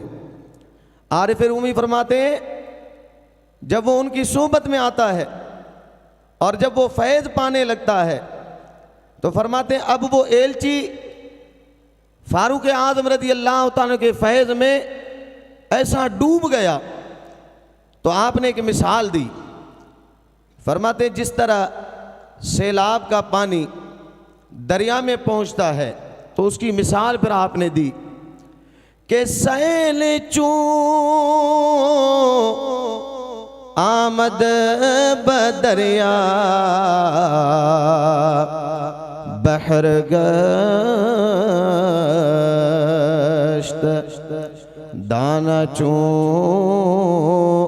आमद बमज़रा कोश्त गश्त। फरमाते हैं सैलाब दरिया में पहुंचा तो दरिया बन गया, दाना जब खेत में पहुंचा तो खेती बन गया। अब वो जो पहले पानी था सैलाब की सूरत का, वो जो ही दरिया में हुआ शामिल तो अब वो दरियाई बन गया। यानी जब वो फैज़ के झोंकों में आया, फैज़ याब हुआ और खेत में दाना डाला गया तो अब वो दाना दाना न रहा बल्कि वो खेती बन गया। वो एलची जब फारूक आज़म रज़ी अल्लाह तआला अन्हु की सोबत में आता है, अब उसके दिल पर भी वो अनवार व तजल्लियात पड़ते हैं, उनकी सोबत का असर पड़ता है। उनके चेहरे अनवर की ज़ियारत जब पाई तो दिल मुनव्वर होने लगा, दिल पर रसूलुल्लाह सल्लल्लाहु अलैहि वसल्लम के ग़ुलाम का असर छाने लगा। बज़ाहिरन तो चेहरे हज़रत उमर बिन ख़त्ताब का था, बज़ाहिरन तो हज़रत फ़ारूक आज़म रज़ी अल्लाह तआला अन्हु की हस्ती उसके सामने थी, लेकिन दर हकीकत हुज़ूर फ़ारूक आज़म के सीने से जो फैज़ है वो रसूलुल्लाह सल्लल्लाहु अलैहि वसल्लम वाला फैज़ था। उस पर गोया वो रूहानी निगाह होने लगी।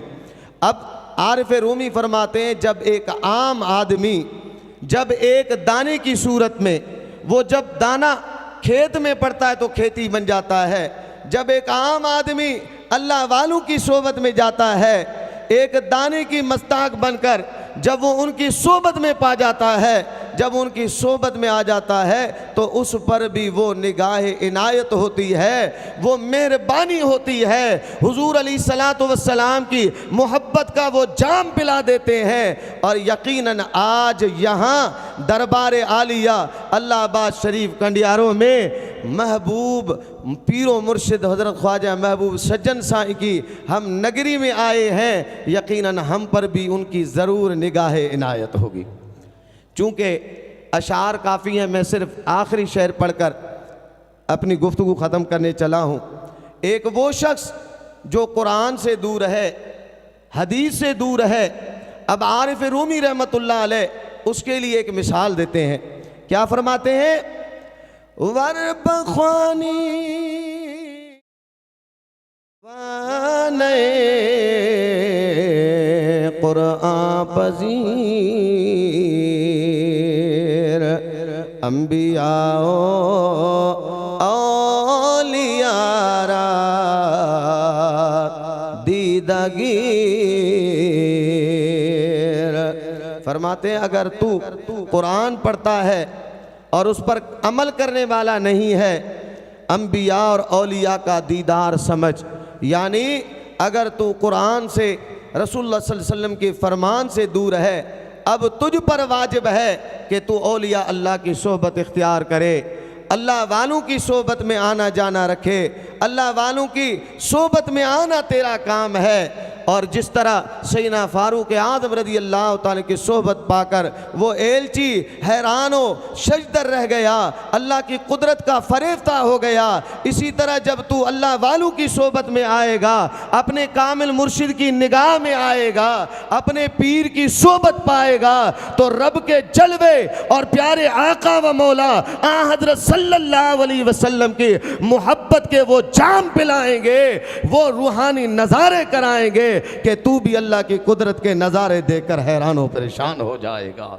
अल्लाह की कुदरत में फरेफ्ता हो जाएगा। आज इंशाअल्लाह अज़्ज़ा व जल्ला हम पर वो मेहरबानी होने वाली है। अल्लाह करीम हमें अपने कामिल मुर्शिद हज़रत ख्वाजा महबूब सज्जन साईं दामत बरकातुमुल कुदुसिया की ज़ियारत नसीब फ़रमाए और उनके फैज़ान नसीब फ़रमाए। यकीनन उनकी निगाह इनायत से इश्क़ रसूल की शमा जलाकर यहाँ से जाएंगे।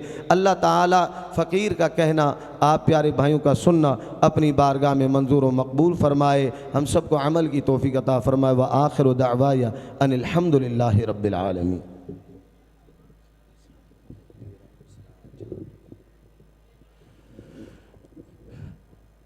इस वक्त तबलीगी रिपोर्ट होगी जो मेरे मुर्शिद कामिल के खुलफा और ग़ुलाम बैरूनी ममालिक में रहते हैं, उसकी तबलीगी रिपोर्ट होगी। पहले मैं सैयद फ़ैद वाहिद अली शाह की खिदमत में अर्ज़ करता हूँ तो वो जल्द अज जल्द स्टेज पर तशरीफ़ ले आए।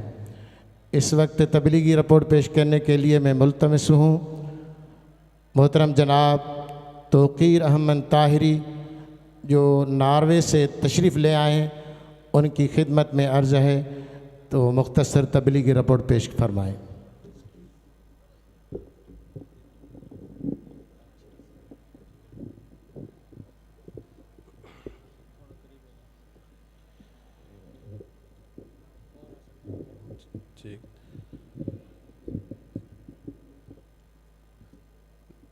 नहमदुहु व नसल्ली अला रसूलिहिल करीम अम्मा बाद फ़अऊज़ु बिल्लाहि मिनश शैतानिर रजीम बिस्मिल्लाहिर रहमानिर रहीम।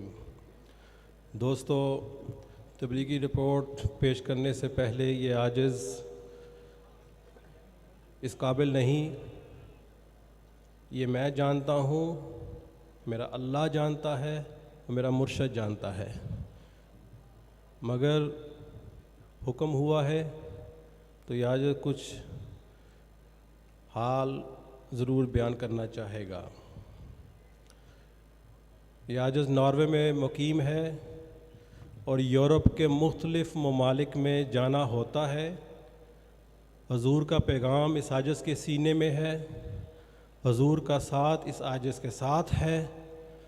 ना इल्म है, ना किताब है, ना अमल है, लेकिन जूँ ही ये आजिज़ किसी महफ़िल में जाता है, इस बात को ज़रूर समझिए मेरे दोस्तों कि मैं ना आलिम हूँ, ना मुफ्ती हूँ, ना कोई अमल है, लेकिन जो मेरे सामने बैठे होते हैं या मेरे साथ जो बैठे होते हैं उनमें आलम भी होते हैं, मुफ्ती हजरात भी होते हैं, बहुत बड़े बड़े इज़्ज़त मुआब भी होते हैं।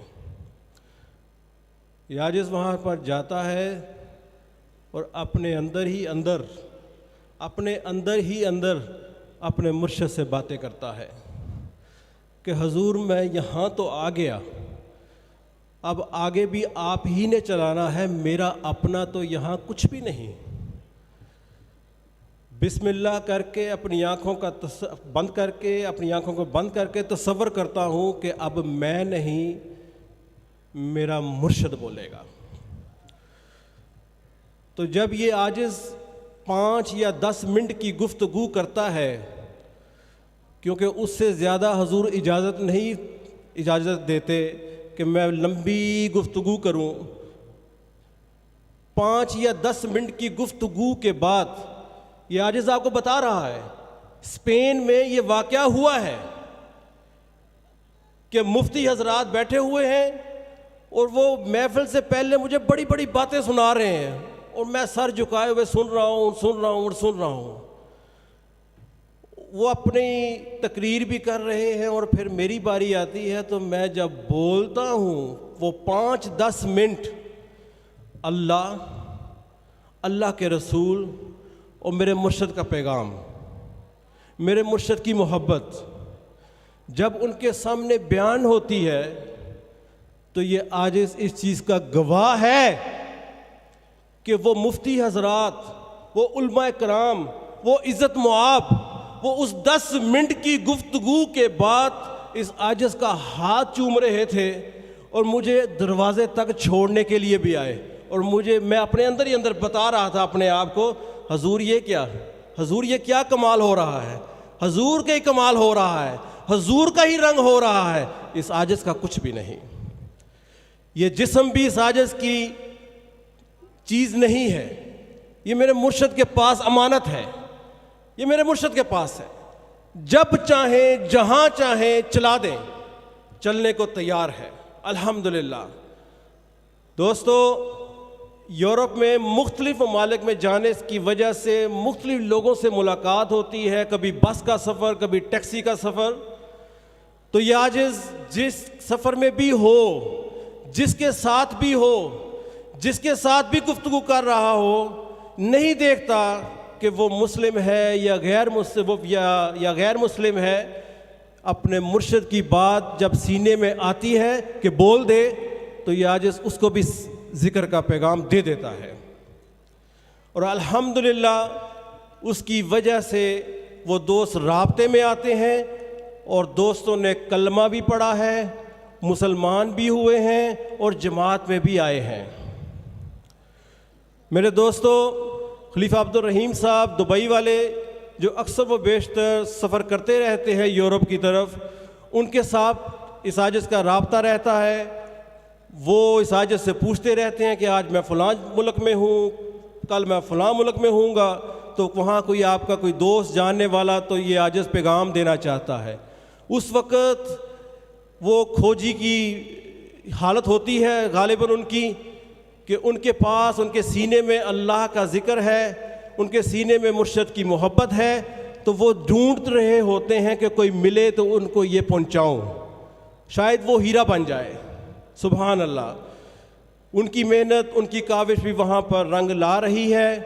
उसके अलावा हम ऑनलाइन महफ़िलें हर अतवार को कर रहे हैं, जिसमें ये आजिज़ गुफ्तगू करता है, ना तो मनक़बत होती है, शजरा शरीफ पढ़ा जाता है, और खलीफा अब्दुल रहीम साहब दुबई वाले वो मुराकबा शरीफ करवाते हैं, और आखिर में दुआ होती है।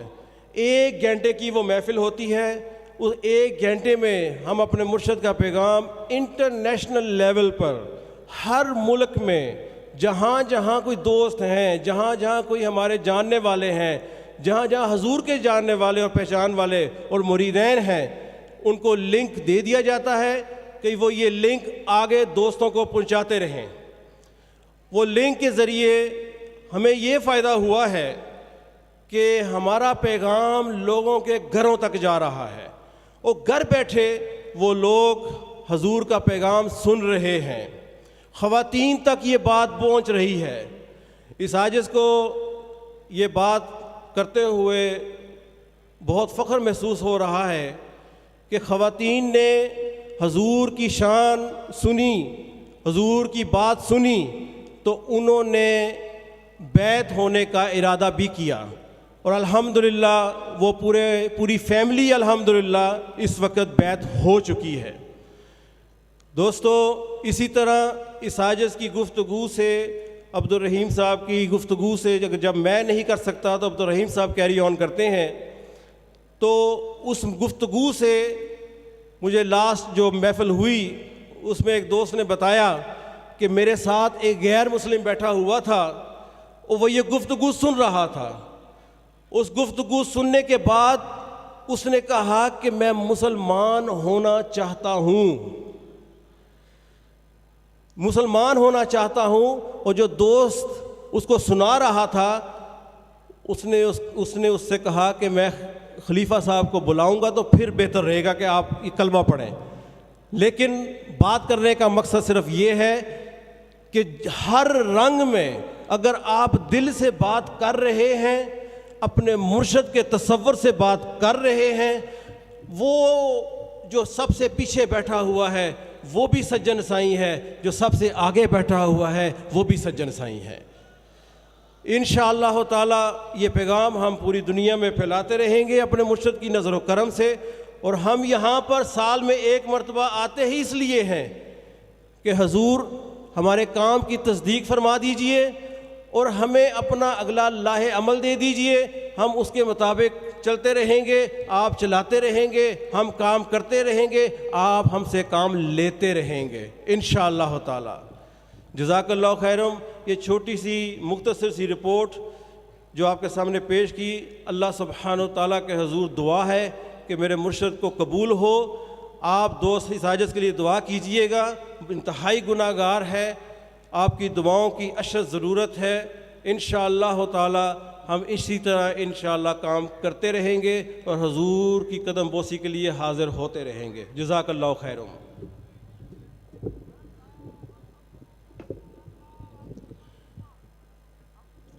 मोहतरम जनाब मोहम्मद अमीन ओठो साहब जन जी खिदमत में अर्ज़ु आहे तो ख़तम शरीफ जी लिस्ट खणी ऐं स्टेज ते तशरीफ़ फरमा थियनि। मोहतरम जनाब मोहम्मद अमीन ओठो साहब जन जी खिदमत में अर्ज़ु आहे तो जल्द अज जल्द स्टेज ते तशरीफ़ फरमा थियनि। इस वक्त तबलीगी रिपोर्ट पेश करने के लिए मैं मुल्तमिस हूँ मोहतरम जनाब एहतशाम शौकत ताहिरी नक्शबंदी जो लंदन से तशरीफ़ ले आए हैं, उनकी खिदमत में अर्ज़ है तो वो आएँ तबलीगी रिपोर्ट पेश करें।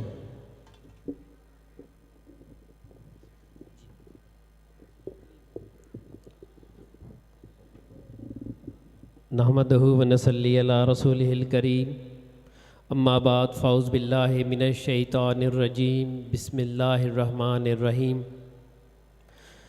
बन के दीवाना करेंगे खल्क को दीवाना हम, बरसरे मिंबर सुनाएंगे तेरा अफसाना हम। ये आजिज़ इस काबिल तो नहीं है कि दरबार आलिया पे हाजिर हो, मगर सगेदर है तो उम्मीद नज़र लिए खड़ा है। यह आजिज़ बरतानिया जमात का वाइस चेयरमैन है। तंजीम साजी अमल में लाने के बाद यूके की सेंट्रल बॉडी और ब्रांचेस पहले से फ़ाल हुई हैं, जिसकी एक खुसूसियत ये है कि दोस्तों ने ज़िम्मेदारियों का एहसास किया है और जोश और वल्वले से निभाने की कोशिश कर रहे हैं। यूके में ताहिरी फाउंडेशन यूके के नाम से चैरिटी के तहत इंसानी हमदर्दी के मुख्तलिफ़ प्रोजेक्ट्स चल रहे हैं, जिसमें ज़रूरतमंद लोगों को बग़ैर रंग नस्ल और मज़हब की तमीज़ किए हुए डरबी और सलाओ के दोस्त हफ्तावार या माहवार गरम खाना खिलाते हैं।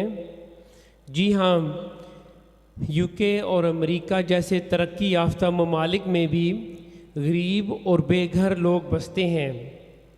इसी तरह नेल्सन के दोस्त लोकल चैरिटीज़ के लिए भी फंड रेजिंग करते हैं। हाल ही में डरबी के दोस्तों ने गज़ा फ़िलिस्तीन के लोगों के लिए 10,000 पाउंड यानी तकरीबन 35 लाख रुपए की फ़ंड रेजिंग की। इस दफ़ा 40 के करीब दोस्त यूके से तशरीफ़ लाए हैं, जिनमें कुछ नए, कुछ पुराने और बच्चे और नौजवान भी शामिल हैं। लंदन यानी यूके के मुख्तलिफ़ शहरों में सैयदी व मुर्शिदी का तारुफ़ और उनका मिशन को आगे बढ़ाने के लिए दोस्त कोशिश में लगे हुए हैं। हफ्ते में 1 या 2 महफ़िलें कुछ ऑनलाइन भी की जाती हैं। चंद महफ़िलों का फ़ोकस नौजवानों पे होता है, उन्हें यूट्यूब से हुजूर की स्पीच सुनाई जाती है, फिर उसका अंग्रेज़ी में तर्जुमा भी किया जाता है। इस साल हुजूर क़िबला आलम यूके तशरीफ़ फरमा हुए। हमने खुसूसन नौजवानों की रहनुमाई के लिए और जनरली सब के लिए हेल्थ, एजुकेशन और करियर काउंसलिंग सेमिनार और वर्कशॉप्स रखी। इसमें डॉक्टर साहिबा ने हेल्थ पर, हसाम शौकत ने फाइनेंस पर और अंसर हुसैन ताहिरी ने करियर्स पर बात की। बहुत मुफीद रहा और उससे बहुत अच्छी फ़ीडबैक मिली। बहुत शुक्रिया।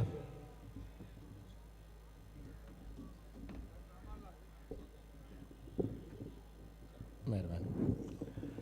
मौजूद सामीन, इस वक्त सेहत के मुतालिक लेक्चर होगा। लेक्चर के लिए मैं मुल्तमिस हूँ जनाब मोहतरम जनाब डॉक्टर अमानुल्लाह अब्बासी साहब की खिदमत में अर्ज़ है वो आएँ सेहत के मुतालिक लेक्चर फरमाएं।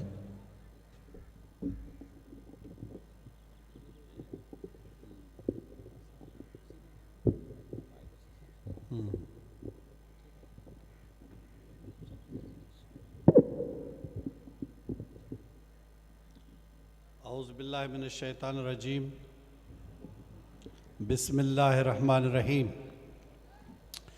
मेरे मुअज़्ज़ज़ दोस्तों, लेडीज़ एंड जेंटलमैन, जो भी इस पिंडाल में मौजूद हैं, पिंडाल से बाहर हैं और पूरी दुनिया में इस ट्रांसमिशन को देख रहे हैं, सबको तहे दिल से अस्सलामु अलैकुम व रहमतुल्लाहि व बरकातहू। मेरे प्यारे दोस्तों, पहले तो आपको ये गुजारिश है कि आप सब जो है मिल के अपनी दिल में दुआ करें कि गज़ा में जो मामलात हो रहे हैं और ये जंग बंदी जल्दी हो जाए और जो शुहदा शहीद हो गए हैं उनको अल्लाह पाक मग़फ़रत दे, उनको उनके दर्जात बुलंद फरमाए और आगे शहादतों से अल्लाह पाक उनको महफूज रखे। और सबसे अहम बात अभी ये है कि सेहत तो एक बहुत बड़ा समंदर है, कहाँ से शुरू किया जाए और कहाँ पे ख़त्म किया जाए। पर मैं शुरू करूँगा कि ताकि हम लोगों को एक मोटी मोटी बातें समझ आ जाएं अच्छे तरीके से। सबसे पहली बात यह है कि इस दुनिया में जो सबसे अजीम क्रिएशन जो अल्लाह रब्बुल इज़्ज़त ने की है वो इंसान है। अर्रहमान खलक़ल इंसान अल्लमहुल बयान। और उस इंसान के अंदर जो सबसे बड़ी अजीम खूबी रखी है वो उसका बयान करना, यानी वोकेबलिटी कैपेबिलिटी, यानी उसका बताना एक दूसरों को, यानी उसको तकरीर करने की सलाहियत, एक दूसरों को बताने की सलाहियत जो अल्लाह पाक ने उनको अता फरमाई इंसान को। तो दो अजीम चीज़ें हैं, एक तो अजीम क्रिएशन इस दुनिया की अल्लाह रब्बुल इज़्ज़त की इंसान है यानी ह्यूमन बीइंग, और दूसरी अहम चीज़ इंसान इसीलिए सबसे बड़ा अशरफ है क्योंकि उसके अंदर एबिलिटी है बात करने की, वो बात कर सकता है और वो बात समझा सकता है। ये सबसे बड़ी अजीम बात है। जब अल्लाह पाक ने इस दुनिया में इंसान को पैदा किया तो उसमें दो चीज़ें इम्पॉर्टेंट हैं। एक उस इंसान की है रूहानियत यानी सोल हम जिसको कहते हैं, दूसरा है उसकी फिज़िकल यानी फ़िज़िक्स। जो फिज़िक्स है, जो फ़िज़िक हम कहते हैं, उसके अंदर बहुत सारी चीज़ें हैं क्योंकि अल्लाह ने इंसान को जो बनाया उनके मुख्तलिफ़ पार्ट्स हैं। आपके दिमाग से लेकर आपकी आँखें हैं, नाक है, कान है, माउथ है, आपका नेक है, सीना है, दिल है, मैदा है, आंतें हैं, गुर्दे हैं, जिगर है, तिली है, आपके घुटने हैं, बोन्स हैं, स्किन है, देखें हेयर्स हैं, नेल्स हैं, हैंड्स हैं, फीट है, यानी हर एक चीज़ को अगर आप नज़र डालें तो हर एक इंसान का एक एक पार्ट जो है वो बहुत इम्पॉर्टेंट है, वाइटल है। तो अल्लाह रब्बुल इज़्ज़त ने जब इंसान को क्रिएट किया तो उसके साथ एक गाइड भी दे दी कि इंसान जब इस दुनिया में जाएगा तो उसको कैसे बिहेव करना है। जैसे हम कोई घर में कोई चीज़ लेके आते हैं, जैसे हम कोई फ्रिज लेके आएंगे तो उसके साथ एक गाइड आती है कि अगर इस इंस्ट्रक्शन के साथ आप चलेंगे तो ये फ्रिज आपका ख़राब नहीं होगा, अगर ये ख़राबी हो तो आप ये करें, अगर ये कभी ख़राबी हो जाए तो आप ये करें। अगर वाकई भी आप उस इंस्ट्रक्शन पे चलें तो अमूमन फ्रिज ख़राब नहीं होते, तो अगर हो भी जाए तो उसके अंदर इंस्ट्रक्शंस लिखे हुए होते हैं। तो इसी तवस्सुल से अल्लाह रब्बुल इज़्ज़त ने इस दुनिया के अंदर इंसान को जब क्रिएट किया तो उसके साथ गाइड भी दे दी, और वो गाइड जो है मुख्तलिफ़ किताबों की शक्ल में है। जो हमें किताब मिली है वो कुरान शरीफ है। सो कुरान शरीफ जो है वो मुकम्मल दीन है हमारा। मुकम्मल दीन का मतलब जो न सिर्फ आपकी रूहानियत की चीज़ों को समेटे बल्कि आपका जो ज़िंदगी गुजारने का तरीका है, खाना पीना है, उठना बैठना है, एक दूसरे से ताल्लुकात हैं, यानी प्रिवेंशन है, एडॉप्टेशन, हर चीज़ अल्लाह रब्बुल इज़्ज़त ने उसमें इंसान को सिखा दी। तो हमारा जो दीन है वो कंप्लीट सवाए हयात है, यानी मुकम्मल ज़िंदगी गुजारने वाला दीन। उस दीन ने और साइंस को अगर हम दोनों को मिला के चलें, देखिए कुरान शरीफ में जो चीज़ें बतलाई गई हैं वो साइंस ने अभी जाके प्रूव की हैं। ये तो कई सालों पहले हुजूर अक़दस सल्लल्लाहु अलैहि वसल्लम ने हमें बतला दी थी। तो अगर हम अपनी ज़िंदगी उसी नहज पे चलाएंगे तो हम अपनी सेहत को भी बचा पाएंगे। अब हम मिसाल कहाँ से शुरू करें? मैं शुरू करता हूँ। पहले हम शुरू करते हैं खाने पीने से। इंसान डेली देखें जो खाता पीता है, देखें खाने के दो अक़साम होते हैं। एक होता है बैलेंस डाइट, दूसरी होती है इम्बैलेंस डाइट। एक वो खाना जो आपकी सेहत को फ़ायदा दे, एक वो खाना जो आपकी सेहत को नुकसान दे। सबसे अहम जो इम्पॉर्टेंट चीज़ है ये है कि आपको खाना अपने लिमिट के अंदर है। हुजूर ने हमें फरमाया कि जब आप खाएं तो 1/3 यानी एक चौथा, एक तिहाई हिस्सा आपका पेट का खाली रहना चाहिए। ऐसा पेट भर भर के आप मत खाएं। खाने में आप थोड़ा सा एतदाल करें, उसके अंदर थोड़ा बैलेंस लाएं, अपने अंदर एक ठहराव लाएं। ज़्यादा खाने की कोई ज़रूरत नहीं है। पेट जब भरने वाला करीब तरीन हो जाए तो आप पहले ही छोड़ दें खाने को। सबसे इम्पॉर्टेंट चीज़। नंबर 2, खाना वक्त पे खाएं। सुबह का नाश्ता साहब जो है वो दोपहर में 2 बजे को कर रहे हैं। अब 2 बजे वाला खाना रात को 2 बजे हो रहा है, दोपहर वाला खाना। तो टाइमिंग इज़ वेरी इंपॉर्टेंट, यानी वक्त इंतहाई ज़रूरी है। वक्त तमाम घणों ज़रूरी है। सुबह जो नाश्तो 8 बजे का पहरे यानी 8 बजे से पहले नाश्ता हो जाना चाहिए। लंच का टाइम 2 बजे से पहले लंच होनी चाहिए। रात का डिनर का टाइम 8:30 या 9 बजे मैक्सिमम, उससे पहले आपका डिनर कंप्लीट होना चाहिए। और हमेशा एक बात याद रखिए कि जब आप खाना खाते हैं तो कम से कम आप 2 घंटे दें। आपने आप भी खाना खाया, आप फ़ौरन जाके सो गए, ये बिल्कुल गलत है। आपने खाना खाया, फ़ौरन जाके आपने नमाज़ पढ़ ली, ये ज़्यादा चीज़ें इम्पॉर्टेंट है। खाना खाएं आप ऐसा टाइमिंग, जो ये देखें ये जो टाइमिंग है आपके दोपहर का नमाज का टाइम जो है वो, या तो आप ऐसा करें कि पहले आप नमाज़ पढ़ के बाद में जाके खाना खाएं। तो खाना वक्त पे खाना ज़रूरी है। ज़्यादा खाना खाने की ज़रूरत नहीं है। और जो सादगी से अल्लाह पाक ने आपको अता फ़रमाया है वही खाना ज़्यादा सही है। उसमें बैलेंस डाइट में जो चीज़ें आती हैं उसमें कार्बोहाइड्रेट्स, प्रोटीन और फैट है। कहते हैं कि हफ्ते में 2 बार गोश्त खाना चाहिए। तो गरीब लोग जो है वो क्या करें, तो वो अंडा खा सकते हैं जो कि उसका रिप्लेसमेंट है गोश्त का। अंडा खाना, अंडा भी रिप्लेसमेंट है। दाल जो है वो भी रिप्लेसमेंट है गोश्त का, जिसको हम पुअर मेंस प्रोटीन भी कहते हैं।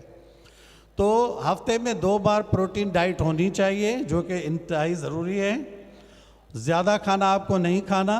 हर खाने में सलाद का इस्तेमाल इंतहाई ज़रूरी है, जिसको हम फाइबर डाइट कहते हैं। अब इस करने से ये होगा कि आपको ज़िंदगी में कभी कब्ज़ नहीं होगी, कॉन्स्टिपेशन जिसको हम कहते हैं।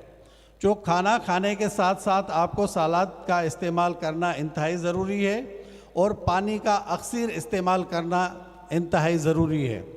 अब जब मैं बात करूंगा पानी की, तो यहाँ पे जो कि पहले भी हम बता चुके हैं कि ज़्यादातर बीमारियाँ हमारे यहाँ, हमारे पाकिस्तान के अंदर जो रिसर्च ने प्रूव भी किया है, तो ज़्यादातर बीमारियाँ हमें पानी से ही लगती हैं, जो कि साफ़ पानी नहीं पीते। तो अमूमन जो आम मिनरल वाटर्स हैं वो भी पूरे तरीके से इस लायक नहीं होते कि वो पिए जाएं। तो सबसे बेहतरीन और सुप्रीम तरीका ये है कि आप पानी को बॉयल करें अच्छे तरीके से। बॉयल करने का मतलब सिंधी में कहते हैं उनके टहकाइणो आहे, जीअं वो बुलबुला छॾे एसि ताईं उनके टहकाइणो आहे, उनके पोइ थधो करे पानी के इस्तेमाल करणो आहे। आम तव्हां फ्रिज में रखो, कहीं बर्तन साफ़ सुथरे में, कहीं फ्रिज में रख दें या कहीं भी आप रख सकते हैं। पहले आप पानी को बॉयल करें, साफ़ वो पानी हो जाएगा और that water is able for drinking, और वही पानी के लायक है। और उसी से आपकी 99% जो डिजीज़ हैं, जो वाटर बोर्न डिजीज़ हैं, वो नहीं होंगी आपको। तो साफ़ सुथरा पानी का इस्तेमाल करें। ये तो आपका हुआ डाइट के बारे में। अब हम आते हैं कि आपको नींद का क्या करना है। देखें, अगर डाइट आपकी इम्बैलेंस थी तो मोटापा उसकी वजह से था, पेट की ज़्यादातर बीमारियां उसकी वजह से थी। ओवर ईटिंग करेंगे तो आप मोटे हो जाएंगे, मोटे हो जाएंगे तो ब्लड प्रेशर, शुगर, डिप्रेशन, घुटनों का मसला, सारे मसले शुरू हो जाएंगे, सिर्फ एक कोताही की वजह से कि आपने ज़्यादा खाना खाया।